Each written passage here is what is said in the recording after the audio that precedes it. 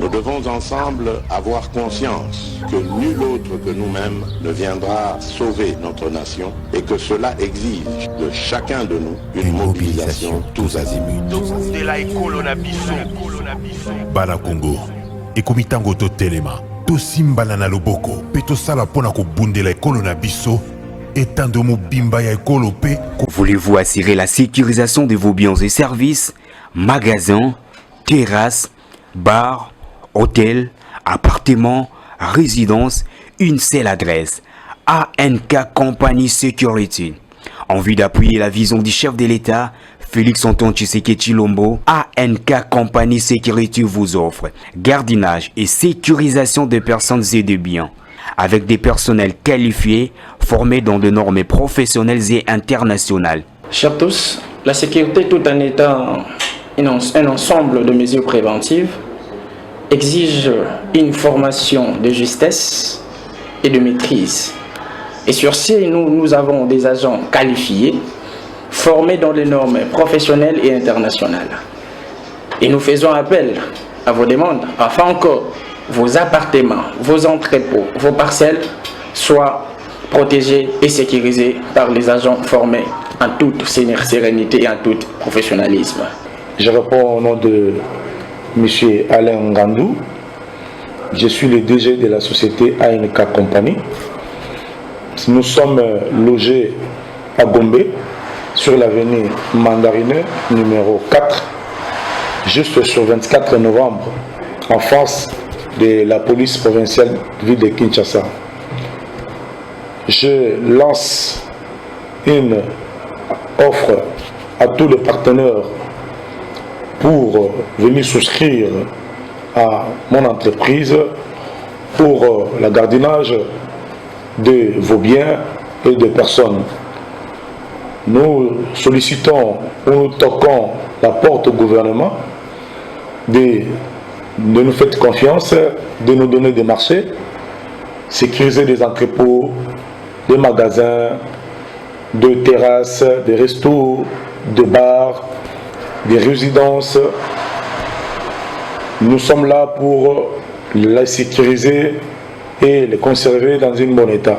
Pour tout contact, avenue Mandarin numéro 4, quartier Croix-Rouge, commune de la Gombe, plus 243 81 39 23 330 85 41 82 160. ANK Company Security, votre sécurité, notre devoir. Lundi 21 août 2023, mbote na bino nyonso esika bozali Congolais ya ngambo na ngambo, Congolais ya motindo na motindo, bato nyonso balinga République démocratique du Congo, bato nyonso bazongolo kwa seconde patrie pona bango, topesi bino mbote. Lundi à l'heure 21 août, il est prévu début ya procès ya dossier Bukangalonzo, Matata Ponyo na bako accusé na ye plus de 280 millions de oyo toluka katoye bekenda puis na likamba Bukangalonzo. Matata Ponyo lo bazako zela bango na cour constitutionnelle na bako accusé na ye, mais c'est ko signaler que Matata Ponyo azali na Kinshasa te, azali na ngambo ya Kindu kuna na province ya Maniema, ba proche na ye balobi ki akozala absenté, donc ce balobi akozala absenté, donc akozala représenté par ba avocat na ye, toza kozala toye bali solo yango soki kokende wapi ekosuka ndenge nini. Peter Tiani oyo azalaki na maboko à la police na week-end ko banda vendredi samedi vers 19h barela chaque Peter Tiani azali moto ya libre sikoyo ayo ko baluka na bisika nyonso alingi to pesi makasi pepo tika na pesa makasi na ba journaliste nyonso bazali na ba problème oyo kaka pona koloba na bango memela bango ngambo na pesi bino makasi na osenga na bayi oyo bazaka la recherche ya ba infraction notamment ba magistrat ceux qui journalistes à lobby boya kaka tena koluka bakanga no joie bo vérifier pe makambo journaliste à lobby za solo to za solo te journaliste akolo bakino ba PCA ba ozo ba 50 millions so 50 000 dollars et ta problème te boluka bo vérifier nan to ko ndima teke na mboka moko batu moko bazaka ba 50 000 batu moko bazaka ba 100 dollars et décalage wana écart wana plutôt et ça ba écart za ko pesa peuple passe mingi banzi était ba magistrat la recherche à infraction pour se comporter ba magistrat comment on se comporter le quoi PCR nanzela yemo ka loi infraction so ça teke bo tout temps mais na mona moto ya Claude Ngoma eza na plaque eza yango te eza plaque mongo ba bibamba o se comporter bongo boluka ba infraction po batu bazo kamba bazaka na ba infraction ebele batu bazo kamba bazaka na ba infraction ebele to banzi ete boko sala yango na ndenge esengeli Bukangalonzo.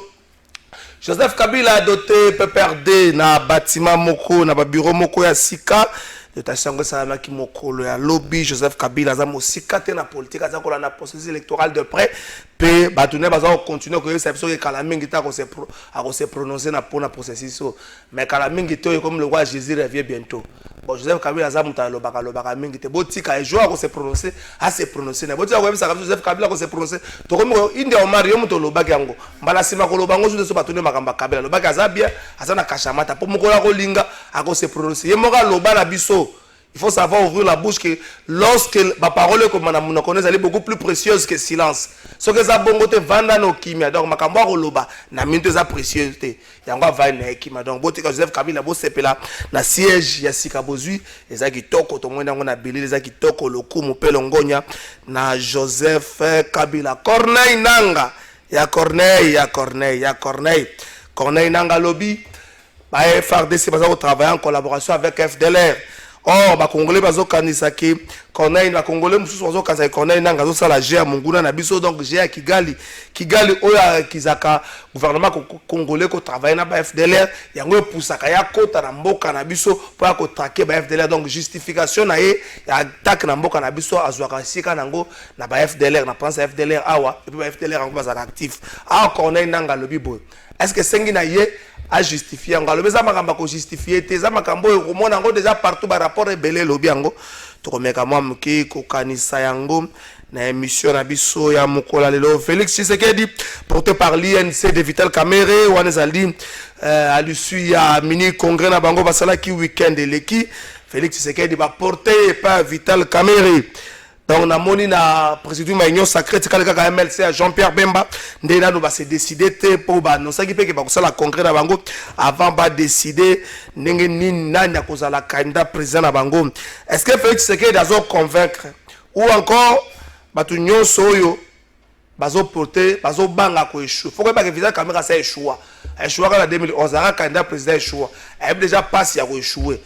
Est-ce que zali ko banga ko kota nzela wana ou encore Félix Tshisekedi dazo convaincre bango to komeka mwa mke ko lobela ngo na émission na biso ya mko est-ce que ni Bemba ko MSA Bemba ko ça surprise Jean-Pierre Bemba ko ça candidat faut te ba que Jean-Pierre Bemba passer échouer tant que échouer que me maka tina ces pays ezaka ba occasion moko Jean-Pierre Bemba échouer massa se betamina gombe ba iko tanzami ba kufi ti Bemba ke na poto boyo a se retrouver na CPA ça la 10 ans est-ce que komeka zo ko tanzela wana ezan zela Jean-Pierre Bemba le kotela ka mbongo te nzela waza kwa zela oyo ba beta kwa na bana kuluna na kala est-ce ko zonga nzela mbala mibale to to komeka 18 est-ce nzela matete obite na kota te na ke ndanga nzela munene troisième invité ba kozana na biso na émission ya mukola lelo kulut nanga Jules Boulembi Tufuna na pesi mbote na pesi makasi Jules Boulembi Tufuna cette fois-ci Jules Boulembi ça passe ou ça casse. Ngamona oza pa mba to bareto ba ko na kotika un jour rentrée parlementaire na parler du peuple Jules Boulembi tozo ke tozo yemba Jules Boulembi mbalo nzamba sunga police il faut être dispositif mon jour à rentrée parlementaire après ba élection ya 2023 oyo bato ba yana ba makele te ça manga mingi pa na sabe professeur nazo luka bato na monaka na sabe professeur bazo yembela ba député soki lelo ba ko na même courage wana to banzi ete ko sala moi malamu. Trois invités ba ko na biso wa maître Claude Ngoma maître Junior bakokela et puis Alain Madilou assiste déjà ko zo tonga zo potambango aza na biso awa na pesi bango pe mbote na kopesa bango mbote. Est-ce que ba biscuit wana sala ka maître Claude Ngoma na pesi mbote mbote mingi ndeko na ngai Kalafai également mbote na mwana mboka Junior bakokela oyo moninga tomesana on découdre na na pas mal de plateaux et mbote na bana mboka nyonso yo bakolanda émission oyo ba congolais et congolais de partout ningomba politique na ngai nouvelle non na pesi ba camarades nyonso mbote et mingi na côté ya Boma na pesi ba électeur nanga ba base nanga ba compatriotes nanga nyonso mbote malamu et bon début de semaine. Merci. Préparatif de la rentrée scolaire, hausse de prix sur le marché. C'est quand on vend. Est-ce qu'il va pas préparer déjà la rentrée scolaire dans Nengesingé? À 2 semaines, il y a rentrée. C'est vrai, Mikolo, paiement. Et comme moi, mon boulot, paiement pour le mois d'août, nous bandité. biloko na ba marché mati est-ce que ba parents bazo préparer rentrée scolaire na ndenge singeli awa appelle le publication examen de ces bandaki mokolo vendredi le pe ba annoncer et ko salema Kinshasa 1 Kinshasa 2 ko salema ba province soupe ko salema est-ce que ba parents bozo préparer rentrée yango ndenge singeli ko répondre à un message ko bengate maître Junior bakokela na pesio pembote Ngape na pesio mbote Trésor Kalafai Ramazani. En plus merci pour l'opportunité.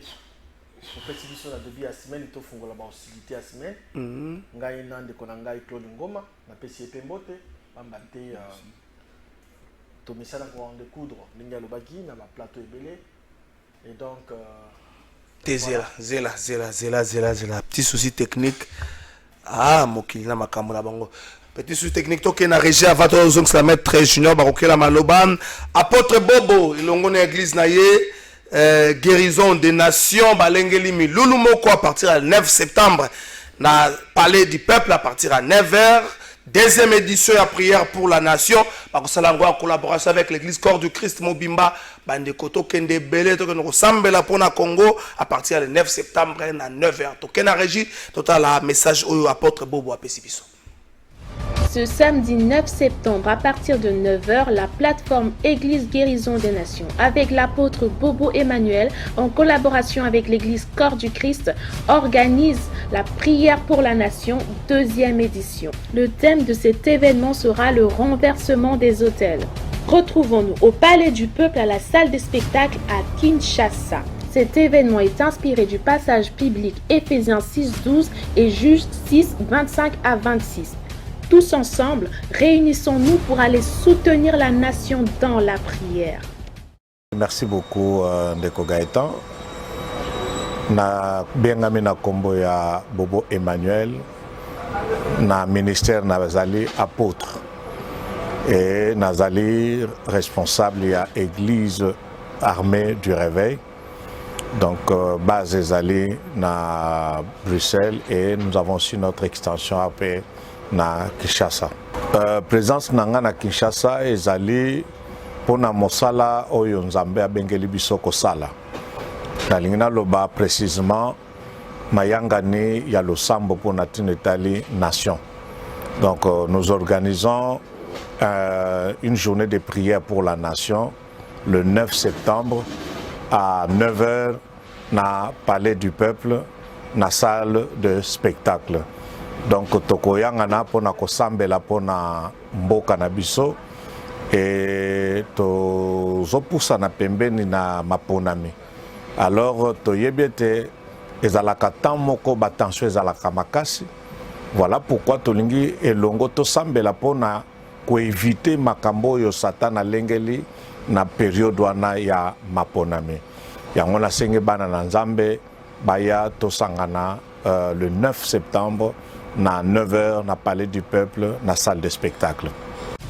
Ce samedi 9 septembre à partir de 9h, la plateforme Église Guérison des Nations avec l'apôtre Bobo Emmanuel en collaboration avec l'église Corps du Christ organise la prière pour la nation deuxième édition. Le thème de cet événement sera le renversement des autels. Retrouvons-nous au Palais du Peuple à la salle des spectacles à Kinshasa.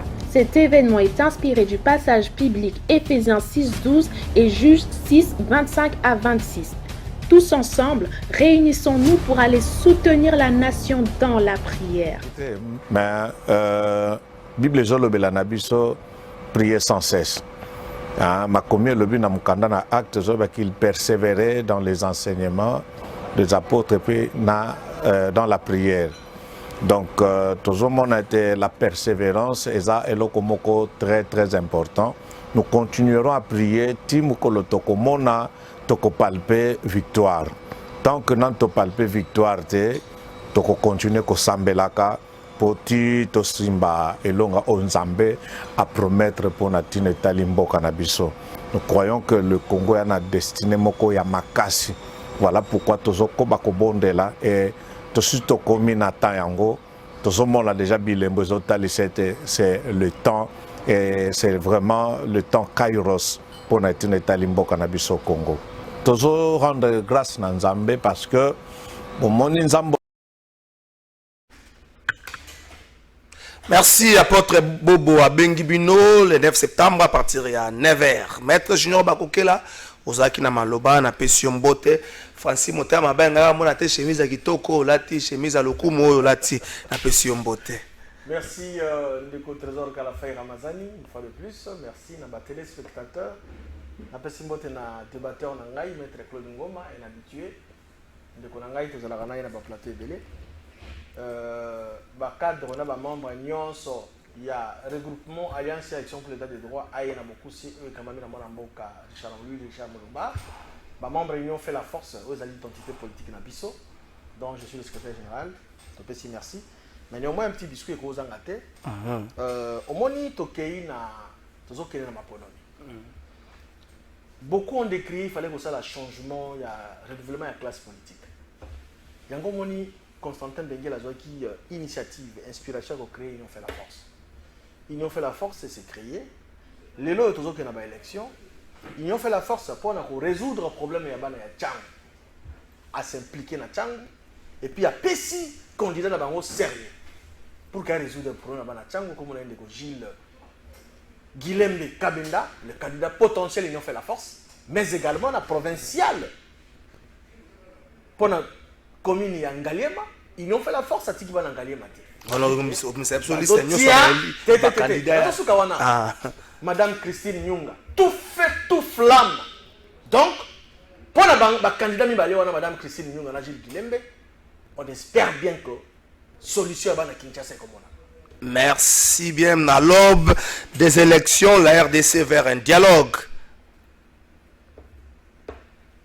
S'il faut dialoguer les lois, Nanya ko participer et pour quelle finalité? Nanya lingi dialogue.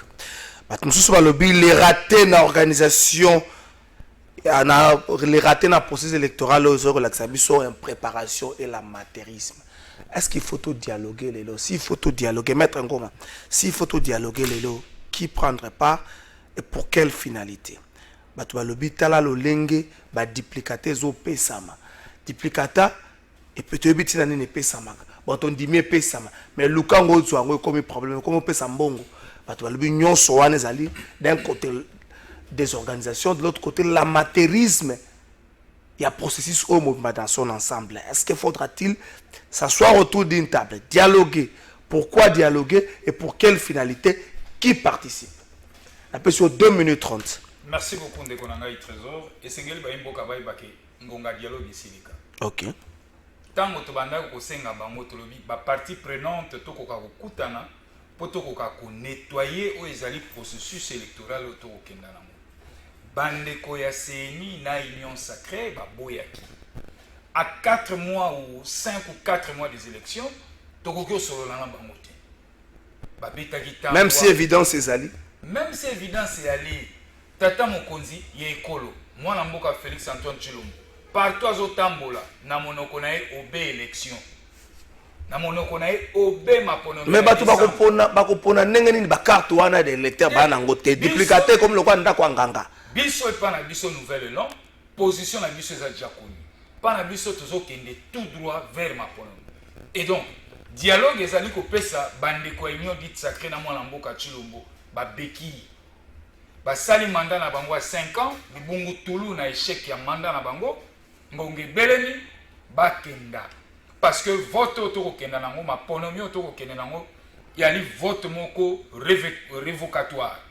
Oh bato nyonso bali na ba institution nyonso faut ko révoquer bango yango na ko senga population atala ye moko 5 ans oya komi na monde ngeni bazwaka dollar na combien le komi na combien tala vital esike komi. Est-ce que c'est quelque chose na mwana mboka Tshilombo deuxième mandat? Je ne crois pas. Pourquoi? Parce que mboka eza biso nyonso. Certes, à sali oye sengela ka sala, tata mokonzi ko postuler te na second mandat.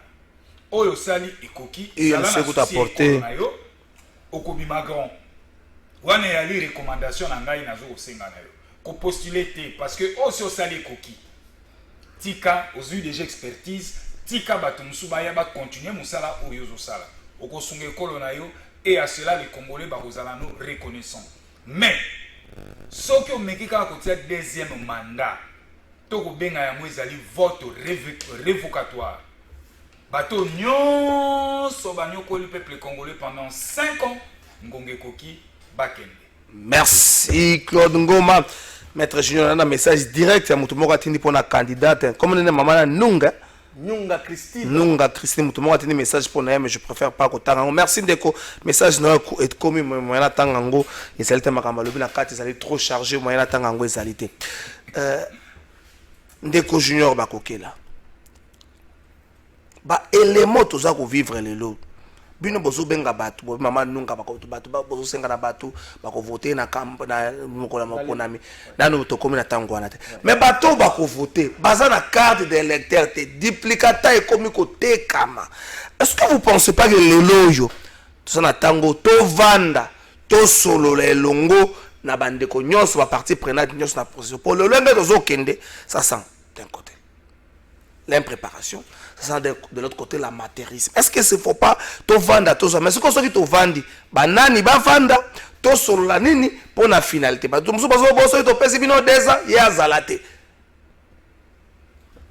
de Trésor Kalafay Ramazani.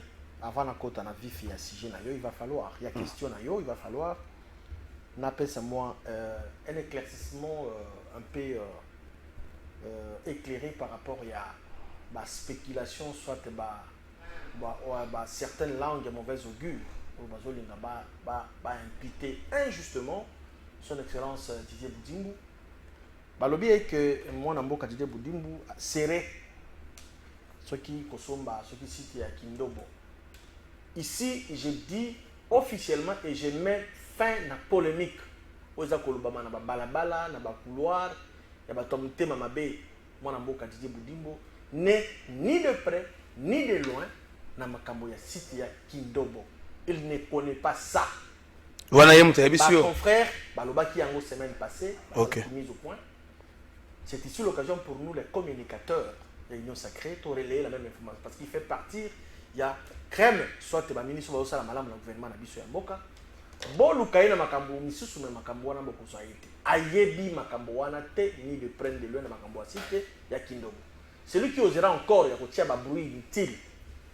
Ayebi état de droit wana ba menace wana faut botika so mutaza na ba preuve na yako lobango otika makambo wana celui qui apporte celui qui allègue le fait na apporter il peut brandir ça na ba média à brandir ango batika o to kuta na yeli susu Mobeko eko akosamba na Mobeko ma problème est ça. Merci beaucoup, j'ai entendu mon co-débatteur maître Claude Ngoma oya za même ko violer ko torpiller constitution bi tata mokonzi mboka stop ko postuler. Au moment où la constitution de notre pays donne possibilité à Kondiambo Kamane Zali 5 ans renouvelables une seule fois. Aya pour la deuxième fois. Il y a de quel droit à compétir satisfaire du Chilombo à la candidate? Ça c'est de 1. De 2, je ne comprends plus l'opposition. Opposition on sous un dialogue pour Bakota. Opposition on sous un dialogue, mais finalement il dit vrai. Tout le monde a lobby. Directement dans ma total évidence. Par exemple, il faut pas voter X ou Y, na carte d'électeur. Carte, na peut-être carte d'électeur. Na lia kango, tu na carte na yona. Yanga ezali mobimba. Ozana ngwana? Ezana se. Ah, Clovis pesa yo bomona ke longezate. La kisaze la tozana direct Clovis kota ba mona pa loboko zo pesa. Yangwana.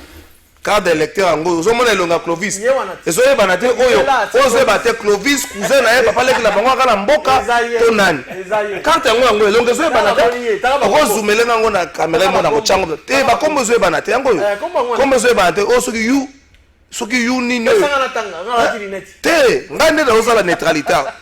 Si même avec ça, la CENI a dit ouvertement qu'elle a pas duplicata. Mais quand on a duplicaté, ça problème, il faut débourser quelque chose. Non, on ne peut pas rentrer. Moi, je crois qu'il faut déplorer, il faut dénoncer. Quelque chose pour la duplicata. D'autant plus qu'on avait suivi le président de la CENI, Madame Seya, rapporteur. Dans deuxième vice-président, celui qui est au côté, il y a opposition, il y a perdre Manara.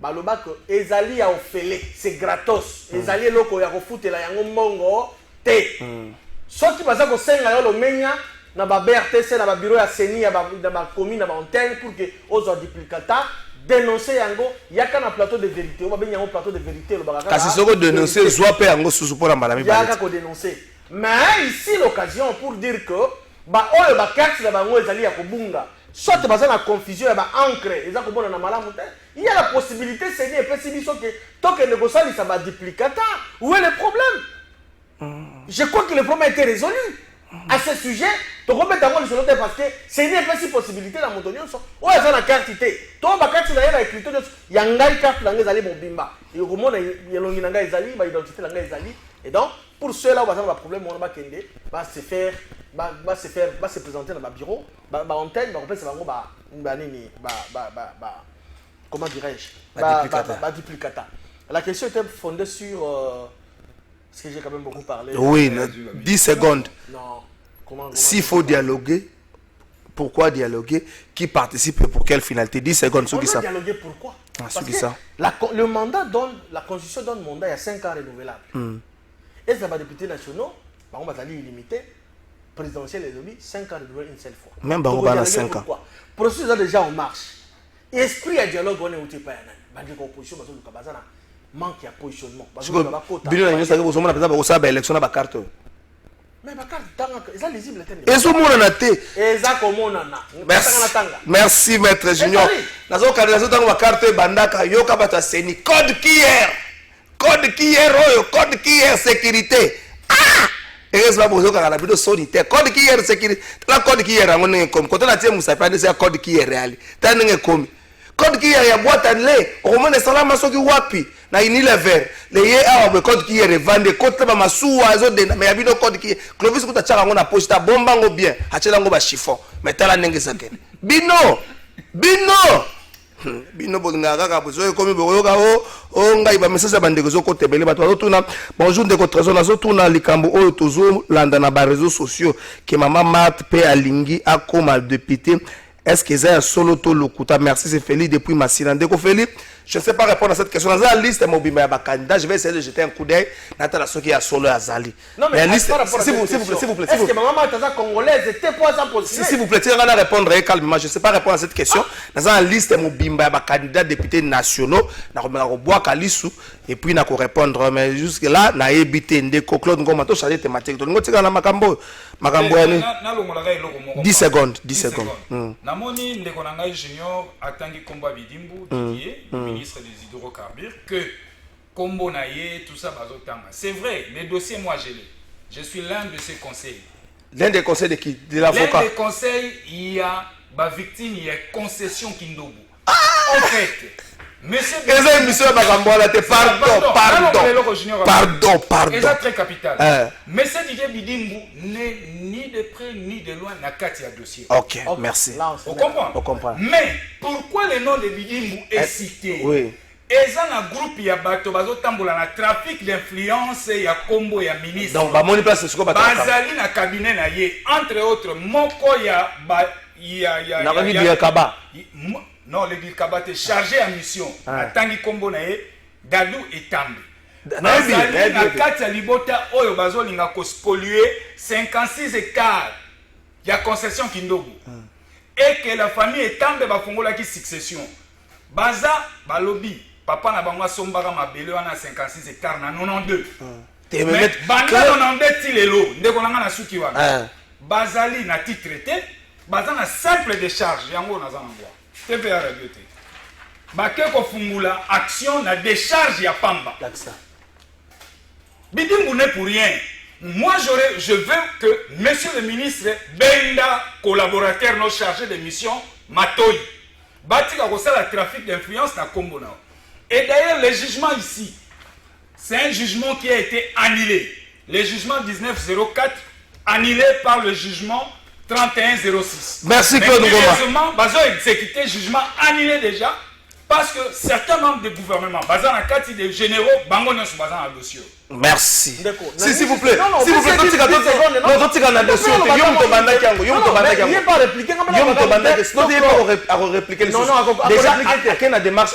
reconnu que maintenant le ministre n'est pas l'infraction est individuelle. Ceux qui chargent des missions à commettre erreur, il faut pas inviter la famille et voilà justement. La famille est maintenant c'est le ministre qui doit sanctionner ses collaborateurs. Famille d'origine de la province de l'Équateur, parce que je suis de l'Équateur. Et donc, ceux qui vont commettre erreur, il ne faut pas imputer à mon individu. Non, merci. Ça, ce n'est pas s'il vous plaît. C'est à la lourde responsabilité à sanctionner bateau. Merci Claude Ngoma. Merci Claude Ngoma. S'il vous plaît, il faut le prouver. S'il vous plaît, s'il vous plaît. Alakisi ba document s'il vous plaît. Non, s'il vous plaît. Il faut le prouver. Alors que Kazak arrive à autant la combo na pas ça trafic. Même si on ça la trafic, il faut qu'on il faut qu'on prouve que non autant la trafic na combo bidou. Merci. Déjà prouvé toi tu as dit mon makambo wana te. S'il vous plaît. Toi tu as ministre à ko beta libaku. Ero tamso azoko ta bureau ba ko beta libaku musape longa na kata chaussée. Et vous avez malamu te ministre Dodogolo. Yambula mbuta. Bonjour Congo, je suis Rodal depuis Ngaliema. Sinon le problème des duplicata ça devient une manière de se ressourcer au niveau de la commune de Ngaliema. Vraiment l'union amère est en péril. Nazalaki wana me makambu na kutani nango et bangi singa ba message bande koze belé ndeko trésor bonjour ngoma atika kolobate béton 2024 kaka ye ngai ndeko Aziza na bengi na nsele merci ndeko Aziza koto na mbise monani bonjour c'est Abdul depuis Kinkolo tuna union sacrée quand est-ce que na koki kozwa duplicateur puis il est avocat aussi de bon vous en avocat za makambo union sacrée bonjour trésor toza libota mobimba carte bilongi ezate ba écrit limwa wana faut changer ba tenenga na photo ba carte Clovis oko songa so na photo ba carte ba tenenga photo ba carte OK ba parents toza 2 semaines il y a rentrée scolaire est-ce que tokota na makambo est-ce que préparatif ezo salema na biloko ndenge mati oza parents junior ba kokela za parents junior ko tukota tangisa mwana ba futa ka ba 1500 1700 dollars na vio ndenge matibo akosukela ngo ndenge nini Claude Ngoma. La difficulté n'est pas au niveau il y a organisation au niveau ministère PST par kofungola ba école mais ceux qui ba parents baza à mesure ta kotinda bana difficulté mususu importante.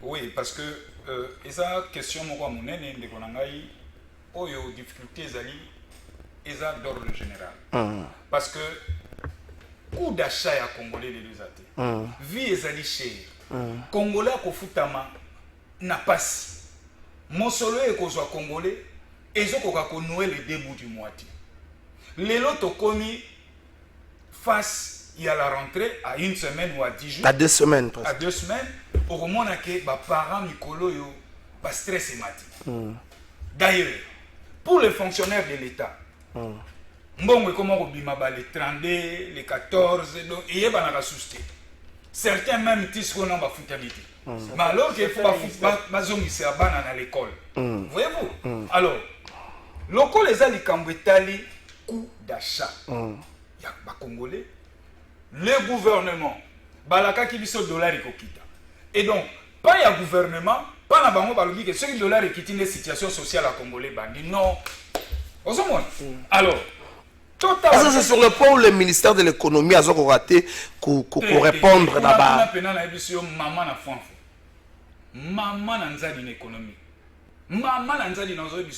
Mais il a promis que l'inspecteur économique pour la contrôle sur le marché. Voilà le slogan, si tu as Kangara, la photo na mer, à boire que la biso. Voilà le slogan, viens au bossité.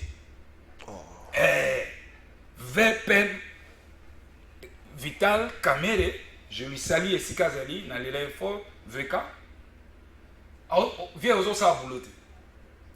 Viens aux autres à la boulot, Vital Kamere, vous avez dessus. Bah, tant que nous sommes à Tobazaki na yango pour na yo, au coco remonter pente, mais jusque-là, rien. Pourquoi rien? Bah, inspecteur no économie na terrain bazati. Biloko na marché za kumata. Aucune bonne politique liée na secteur na yo. Et vous pensez qu'il fallait résoudre comme dans une baguette magique? Non. To s'inviter na caméra à résoudre mon union sur Paris une baguette magique.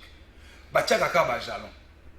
pose à la jalon, ou écopé espoir, lueur d'espoir. Mais vieux banda qui plante ici, à espoir et à tout. Au moment, dollar balaka qui biso go kita, et flotter quand mouké, l'élo est comme une 24 700. L'élo to yangwana. Biloko na wenze bande zo qui a censé. Ba parents en difficulté pour ne pas rentrer. L'élo ba t'interrompt kendo talent. Et mati bana ba sac moko ya bana po akende o ya moins cher. Ça te fait 20 000 francs. Ba sac au dos. Mobotu azana 5 bana. Ça lui fait 100 000 francs. Au nom de francs. gratuité.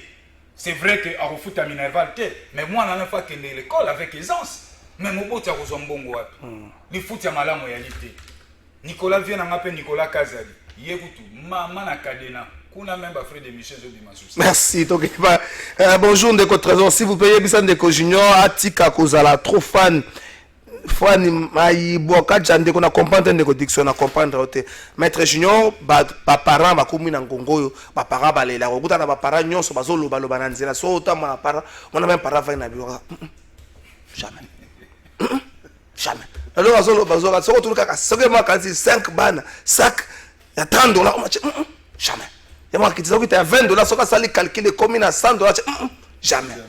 Est-ce que c'est pas le point échec? Il y a un premier quinquennat fait, c'est que les côtés économiques et sociaux. Parce que le lot est toujours mon ango, ces alliés na wenze, le lot que komata et puis dépréciation à monnaie locale les amakas. Oui, merci, mais dire que les échecs, je ne suis pas d'accord avec ça. Mais néanmoins, il y a des failles des alliés, ça nous devons le reconnaître. Dans les chefs, il y a des confiés des responsabilités, des portions de responsabilité pour qu'ils résoudre le problème du peuple congolais. Et je suis d'avis avec mon estimé confrère, Maître Konongoma, que la situation aujourd'hui elle est un peu compliquée.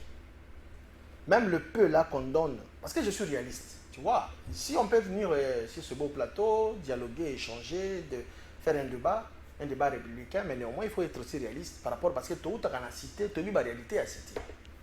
Le paix là qu'on donne aux fonctionnaires de l'État, dans les services étatiques, aux agents de l'État, mais comment ça peut s'imaginer que salaire à mois de juillet, il y a un ministère qui a c'est inacceptable. Ou tu es comme vers la fin, il y a un mois. Le mois passé dans le bateau, comment on peut préparer la rentrée scolaire? C'est ça le problème. Quelque part, le ministre des Finances a bloqué. Le ministre du budget a bloqué. Finalement, bango bakoma banzambe, ce n'est pas bon. Tout ça, que les fautes du ministre des Finances, tout le ministre du budget, bako imputé à moi Tata Mokonzi Mboka. Or, Tata Mokonzi Mboka, c'est un magicien. Après, si Motonio sont responsables de la responsabilité, travailler pour résoudre le problème parce que, à côté de ça, la mieux soyez mon côté. C'est cela que j'ai dit, nous devons aider notre président de la République. Il a la volonté. Après, si ils ont confiance, après, si ils ont pas de responsabilité, tu travailles pour que tu résoudre le problème à Congolais. Comment expliquer le salaire et comment, pour besoin un mois, il faut que le mois prochain, tu vas vers les 10, les 15. C'est inacceptable. On pouvait comprendre que vous avez un salaire de $21 000. Là, ça va. Est-ce qu'on est content à la là, ça va. Là, ça va. Mais les 240 000, les 205 000, les 300 000, comment on me met à la mois prochain? Ça, vraiment, je suis perdu. Le gouvernement artificiel. Je suis perdu. J'ai mené des enquêtes, Valobi, quelque part, les autres, l'enterre, il y a signé, sortir ma mot au ministère de la Finance, chaîne de dépenses, souvent les ont posé problème. Pourquoi? Alors, ceux qui sont en place, c'est Tata Mokonzi Mboka, a le pouvoir pour changer Bango. Biso zoli ba porte, zoli ba gendarme à Tshisekedi. On est là pour la cité. Dans quelques jours, rentrée scolaire. Parce que tout est surchargé. Et ce n'est pas normal. Nous devons tout faire pour relever les défis. Les défis sont majeurs. Côté d'abord, il y a rentrée scolaire. Je vous dis sincèrement, ça pose problème. Jusque-là, à taille uniforme, il y a 5 000 femmes à son bien à côté. Merci. Parce que les sports, les attaques, dans ta paye, et comment on va dire message. soki te ko ya te na ba janvier février décembre ezalaki oyebi quand même intervalle oyo lelo ekomi okoyeba date mbongo ekoleka te c'est inacceptable. Bonjour plateau de vérité ezanga Yannick Katumbi agent ya SPT poste 10 mois impayé ba retraité kutu koloba te tuni la biso ministre apete ntika répondaka te soko tuni ye kwana kutu kotinda nonga te ministre apete ntika répondaka na été Claude Ngoma tolongwa na chapitre na pesio 10 secondes. Est-ce que bonjour maître, bonjour trésor maître atika boye makambo oyo ebandi kala makambo ni nyango. Est-ce que le gouvernement est asphyxié? Est-ce que l'orientation à Bambongo à l'État n'est pas posé problème? Il ne faut pas oublier que nous avons un budget à 16 milliards cette fois-ci. Attends que nous avons un correctif budgétaire. Et ça, les maths, nous avons un correctif budgétaire depuis l'année passée. Et ça, les maths, c'est quand on a un excédent budgétaire. Correctif, et ça, les maths, tout royaume. Tout comité, tout yébité, mais on a un budget de 16 milliards. Est-ce que le gouvernement est asphyxié? Bon, c'est-à-dire, Awa, Go et Outarana, soumis. Parce que présidence n'a coupé sa vision. Il a coupé sa vision. Vous avez un premier ministre qui a porté vision à quitter dans le ministère sectoriel. Des bongo qui fonctionnent. Mais ouais, biso on dirait gouvernement a constitué quelque part. Donc, au total, on a 4 fonctionnement et gouvernement na biso. Ndenge bako salela, on dirait bazan na ba conflit entre les ministres ou entre les ministères. Chambre de dépenses et Sengeli est tourné de façon normale. Mais chambre de dépenses na biso est tourné de façon aussi donc voilà de façon oscillogramme. Donc ils ont tourné dans ma bakou quoi. Ba dossier zo vanda signature ils ont en retard de caisse mais ça la en retard. Il y a mozo monake moyen même impact il y a action gouvernementale et coca komonana égalité. Parce que entre le ministère collaboration et malam réalité. Tout ce qu'on assister dans quoi retard il y a publication de l'examen d'état. Mon seul posé problème l'argentier de la République a décaissé en mona souka. Il fallait pression tout le plateau tout ça là. Donc le gouvernement fonctionne à bon côté. Et malheureusement, tu aller en face il y a gouvernement moko oh ba camarades sur le côté le peuple ne sont pas des idiots. Nous ne sommes pas des bêtes. Biso tout ce que tu lingi na gouvernement action na yé gouvernementale biso ba imboka ba commun des mortels photo palper yango. Le gouvernement ba secteur n'nyonso et le moko tezo tambola. Alors, si vous avez un béton, azonga na deuxième mandat pour y salami. C'est ça aussi le problème. Les autres otali dans la vie sociale na biso. Otali sécurité, vie sociale, rien ne va. Donc il ne fait plus beau vivre en RDC. Pourquoi? Parce que le chèque est criant de ce gouvernement. Aujourd'hui. Donc, le coup la totika na biso na 5 mois, na 5 ba imboka bo sereka a sentir. Mais bo ya est-ce que pas les assauts renouvelés dans 5 ans? Donc, comme dans la période électorale, campagne bandine, merci Claude Ngoma, il faut que tu inventes en famille, dans point d'oreille. Bonjour Trésor ministre, EPST à Pekisa école, Batika côté Kaba uniforme, à Pekisa école, Batika côté Kaba uniforme, mais Oyo biso tozo mona yangonde réalité, surtout prix Oyo, bazote que la biso uniforme $25 uniforme à Pamba, école Massamba. Ministre EPST à Pekisa Makambo, mais nous besoin nyoko la para ba école. $25. Ce que vous avez 5, vous avez 20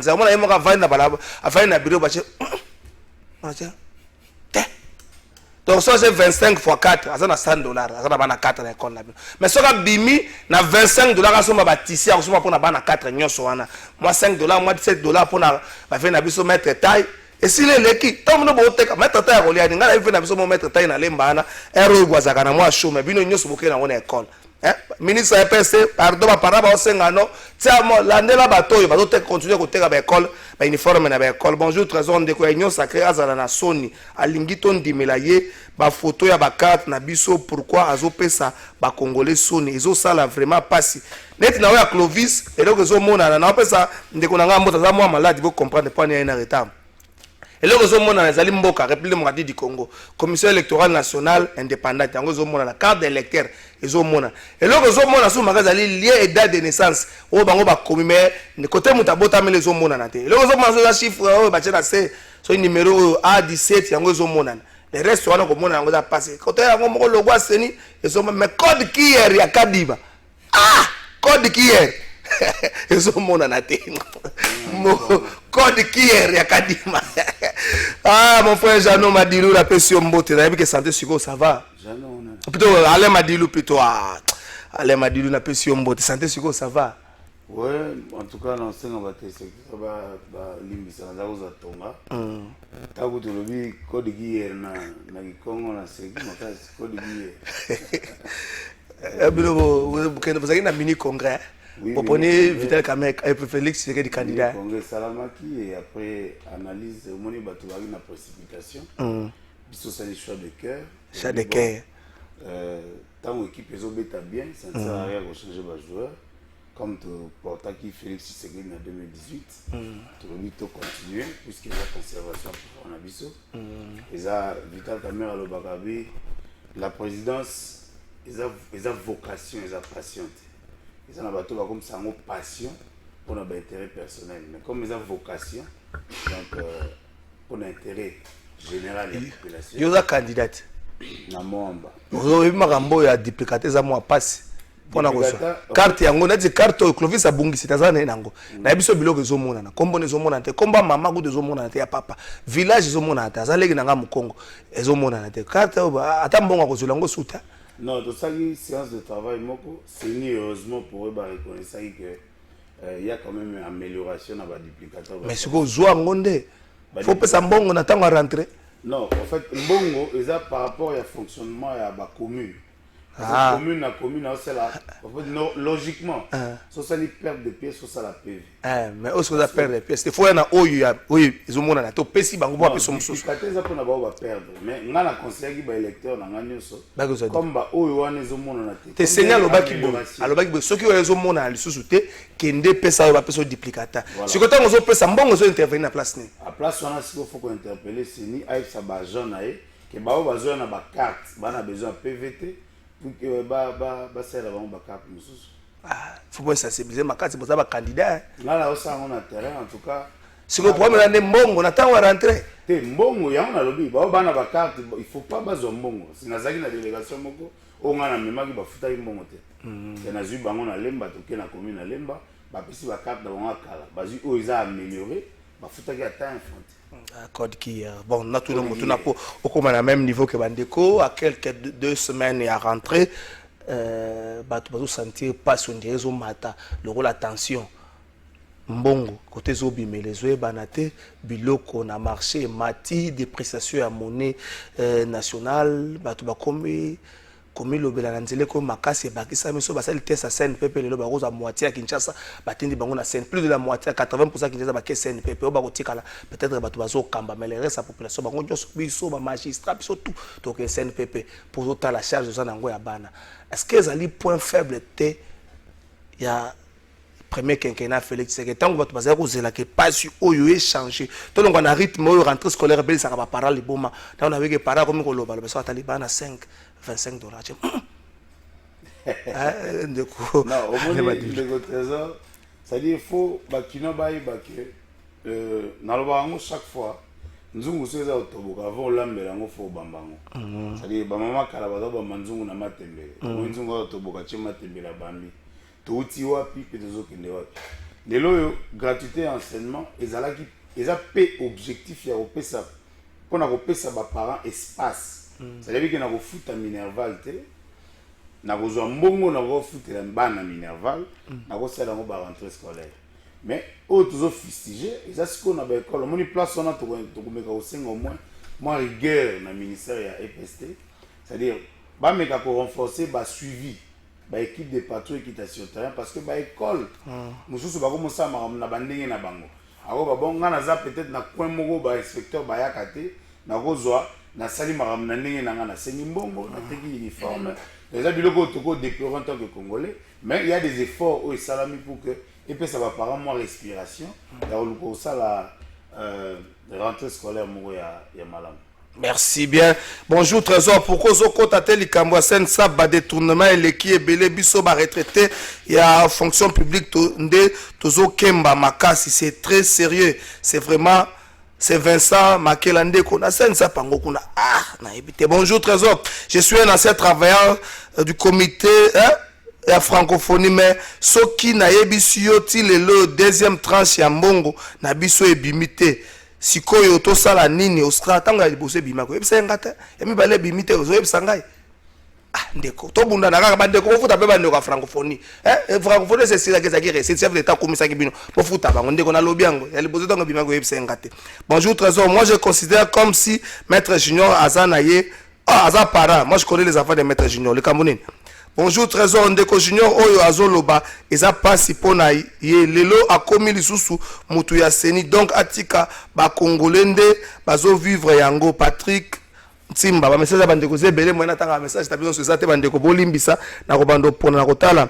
Bonjour Ndeko Trésor na école Monseigneur Moke bazo teka ba uniforme mais $10 ministre alobaki bongo mbongo nyonso ekoma na franc kuna kaka $500. Ça pas parce que bon ba $500. On s'allait calculer en francs. On va avoir millions en francs congolais. Mais pour me donner millions au kim, ça faut me battre kata $500. Malembe dossier Matata Pogno maître Junior Tobanda na yo Claude comment était la toute dernière personne à prendre parole. Toujours Zelaël et le mais malheureusement Matata Pogno a ça. Est-ce qu'il n'y a pas un acharnement autour de ces dossiers? Est-ce qu'il n'y a pas de dossiers où il y a qui toboa kana no misu notamment baram bambongo asikekei batumsu ba komi okansa loko la sa candidature et ça élément mo za ko déranger il faut l'écarter à tout prix. Merci de votre Trésor Kalafaye encore une fois pour la parole accordée. Ici je devrais d'abord saluer l'initiative oyo bandeko nanga ya INC bazui ya ko pona mwana mboka c'était le Chilombo comme condamné à biso na 2020. Tamzu Vitel Kamera zo banga ko pola pola na 2011 yango bandaki na mwana mboka Modeste Bahati. Ça fait maintenant 2 ans. Si j'ai la bonne mémoire, c'était en 2021.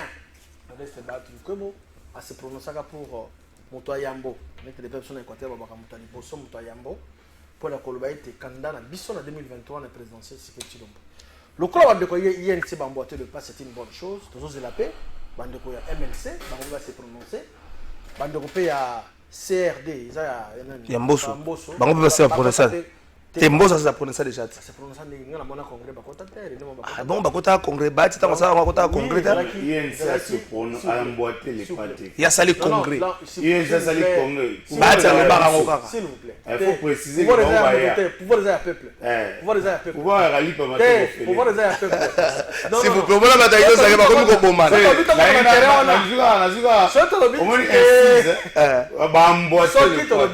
Na 2018 tu as mis ba.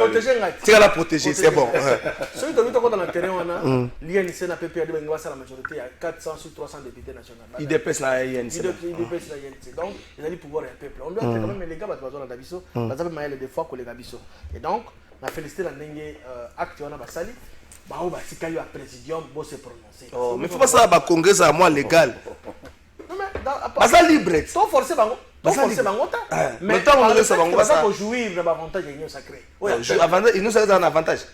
Mais ça que ça va fonctionner en guise de quoi? Oh. Pour passer du bon côté de l'histoire. Ah bah 30 000 pour la PCA. Ça va PCA. Du bon côté de l'histoire. À lobby à l'autre parce que la constitution lobby chef de l'État ça un mandat 5 ans renouvelable une seule fois. Donc ça la possibilité de passer le deuxième mandat. Ce qui ça va être nous avons besoin de ça. La question était sur Matata Pogno, j'aurai 30 secondes. Le doctrinaire rebelle va se prononcer il y a 2 semaines passées. Matata est un ancien premier ministre. Nous allons focus sur Matata. Nous allons dire de manière générique. L'ancien premier ministre Nyon Sobazali justiciable dans la cour constitutionnelle. Là où ça, le bas blesse c'est là qui que je ne comprends même pas ce qui droit de tangela ngoya nengeni. Je suis même étonné comment on a battu collègue à la chaîne de télévision. Il ne peut jamais Azali justiciable les cours d'anté. Mais non, tout le monde a déjà cas jurisprudentiel dans la cour constitutionnelle, il y a des erreurs matérielles, n'est-ce pas? Et ça le maté. C'est déjà une jurisprudence. Lorsque ils ont été validés, quelques députés, il y a eu des cas erreurs matérielles, des erreurs qui ont été commises, tout revoir. Déjà jurisprudence, il y a un Matata Pogno Azali justiciable, ancien premier ministre Azali justiciable dans la cour constitutionnelle. Jusque-là, il jouit de la présomption d'innocence. Mon a condamné Matata Pogno à Zate. À quel est ça moyen de défense taillé Bakoyo Kaye. Ceux qui ont raison. Bakoti Kaye. Ceux qui passent à tort. Il doit subir rigueur et la loi. Mon tout le monde, quand il y a des côté, tout ça dans l'état de droit. Matata Pogno a un bouc émissaire, Kolukaono acharnement. Lorsque Matata Pogno va faire des boucangalons de l'Uni, à Zalaki de l'intention aux Alakada président de la République. Merci. Pour la couverture, il se prononce, je suis candidat président de la République, pour qu'il ait le rôle à se faire victimiser. Et pour les cater, les Congolais ont le droit, merci. Là, on nous demande 50 000 francs pour être candidat député national et 30 000 francs pour être candidat municipal. Oza na poso okoza sa politique yeko la kotia n'église zotia di mais makambo zo betese ko mbongo zo kenda na politique le beko za poso ko ngola yo na ba no mbongo cotiser la parti te soko ba 50 000 ngam na biso za kanda kuna ozo ko mena message na sa ngo yo te na parti politique ba kote bien bende boza ko caméra zo pesa biso te o ko mena kwa Timothée le noir o caméra zo pesa ngate yeko na contribuer na politique ndeko Claude Ngoma oyoki motuna. Est-ce qu'il y a un acharnement autour de la personne de Matata? Est-ce qu'il n'y a pas des dossiers qui urgent bon, bon, on va répondre dans la seconde. Mon ndeko a outi koloba 50 000 à 30 000 et ça livrait. La partie d'Abino. La partie d'Abisso et a livré pourquoi? Parce que Tokoki ko aligné candidat ou yazo lembana yemoko. Donc pesa ta 50 000. Ndeko ça problème à 50 000 zo yebsangai. Donc yo so koko futa 50 000 te molingo ko candidat. Ya moto tsaki bongo poto tala bango nani akoki komema vision ya parti. Alors nao etali Matata Pogno. D'abord je vais dire ici tozo comme en face ya justice moko sélectif. Matata est poursuivi pour un détournement, il y a Bukangalonzo et autres. Mais tozali peine à dossier msusu ya ram avec le ministre qui passe ça. Ti lelo tosuka nango wapi. Pour la sélectivité à bon. Moi je pense qu'à l'état de droit, bisognon sur photo zala na la justice. Matata, oui. Cité, qu'est-ce que j'ai dit? Batindele Lokasa, Akokenda ko répondre. Chère autorité Matata, aux Amsika, Tinda ba conseil na oba kende ko représenter. Moi je pense que awa justice est face à l'amsana. Mais nazo ko senga na procureur. Toti kabiloko yo ke tango moto aza na pouvoir ya procureur eza désactivé. Ba ko activer ngoka mukolo kolongwa na pouvoir. Non. Pendant que tozawa na juneti par exemple Sam Alukonde, tonton Sam. Ce que ça le dossier mo ya molidi na le procureur a plein droit ya kofungola information judiciaire. Ce qui passe dans mbeba bakangaye. Tala mo mukola kolongwa balandeli. Mais ce qui passe grave même wana bakangaye. Biso tozali awa face ya procureur oyo ye ayaka kaka na dossier tango moto alongwe na bokonzi. Basimba ka batu bana bokonzi te pourquoi? Même le président de la République, même un ministre. On a ouvert un dossier contre Kamera Zagé Mokonzi. Attendez, maintenant la Kolobayango, na dossier à RAM, Tosuka Langouat, escroquerie à ciel ouvert au sommet de l'État. Lelo, Tosuka Langouat, Oka Suka Kosola Rango, même au Solabato, il y a un Congomani Kenda, Moto Wane Sengel n'a pas répondre à la justice. Pourquoi va protéger Ketilelo? Merci. Alain m'a dit tout ça. Est-ce qu'il y a un acharnement? Est-ce que l'état des droits est commis sélectivité? Pourquoi le dossier Moussous la RAM, le dossier de détournement Moussous Batia Kamungongote, le député Mbongo va foutre à Mareko Makaka déjà au 20 s'il vous plaît, au 21 000. 21 000 balles prestataire ya Covid-19 soki ozaki na 8 mois bayebiso ndeko toyoka nte buma moto tolongola 4 yofuta ba 4 mois. Pourquoi wana ba dossier fungama te? Mais soki ozaki caméra ne me dossier fungama. Bon ndeko Kalafa omoni ngala zaka ngala juriste. Na yebi que droit ezaka na banzambe te, c'est-à-dire droit ezaka likolo ya batu. Batu baza koma ka banzambe te. Donc tout le monde est justiciable. Ndenge moko na ancien premier ministre. A photo bando yeba que ngana na ba information moko ipare moni le ba futa ba policier la bancarisation ezana $1 mo yena na mutu moko un individu tilele ba ika so ba ika indemnité kilométrique ba tout ba signer ba bulletin de paye ba futama ya ngote ça ba ika ba zwati mais bimela il paraît na usine pardon société ya carburant oyo ya l'état qu'on a hydroc oui ebimela wana c'est-à-dire babendi yango na kati babi ika ekoti ebimeli wana eza bapratique moko eza ebele ezaka bukanga lonzo te c'est-à-dire soki justice azoluka lumière po ayeba mbongo ya l'état ekendaki wapi eza makambo otangi ebele il faut pas esalama nzela moko oyo esalama yango nalobaki ya nzungu toko eza ya otoboka avant kolambela fo kobamba c'est place touti fo tomona clair et puis toye kosala oto tomoni lelo soko oza na ndako okoti na ndako tokotaka bandako akofutela okoti ndako okoti mio sali faut bongisa avant bongisa faut gratter mur akotie peinture okofanda to bonde na koti bona zoka shona chateau na cha peinture likola salite donc wana je pense que justice biso tozosenga ngo abanda na ba dossier oyo eza ko gratter passer na biso et puis ba dossier elandi ekolana na na ndenge oyo nzela nango esalami parce que na droit fait ba to benga préséance ils avaient na ba dossier préséance donc to va te sauter to na ba dossier siko to ba dossier kala non to zela ngo solution. Merci monsieur Zaki Toko mais monsieur faut esila ndeko na ngai et monsieur esili muto azinga tonga station na Kapela moto za kapamba pamba bato bazotumba mwa ngulu bazotumba bata okocha batol okoya ko biboma pamba ko bato bazosala station batiaka na Kapela te tawa no ngocha station oche batol na Kapela ngocha station batol ongo bilatela ka biso awa na esplanade ya triomphal là heureusement je crois que ko piko lango kuna po to comprendre que saka lango loko takanga bango ba jouer ba s'entraîner na kuna hein et monsieur Sile yebi ke weekend à tour zela na lo ah kongo te ko senga te ba ko kata yo carburant pour na ba station sala plateau spécial. Merci. Voilà. La Kinshasa est en danger. Merci. Station Zobota Mondre Mayibu. Merci. On t'entend là comme ministre. On t'entend là comme ministre. Tu sais que semaine passée, tu sais on a vidéo na maman. Semaine tu sais on a climoko. Les 6 premiers. T'es beaucoup bien. Oui, puis crier on tu sais on semaine autre. Gentini, Ngobila, Mbaka, Ngobila. Un bon danseur. Ngobila, Mbaka. Qui ça c'est ça veut passer la vidéo caméra binta maman ça va là que ça maman objectif à caméra Congo ça yango moko za ba cause ça ba anti stress okova na bota ba cause pour anti stress c'est quoi weekend na to bebe ko za nani boko eba kaka oya ko mona kaka boyo na lobi na ngate pardon les sauve fidèle au bon maman fidèle pour la sa maman yango to bandaki challenge te la ki sa maman et l'équipe Petro yo za fidèle mais l'équipe Petro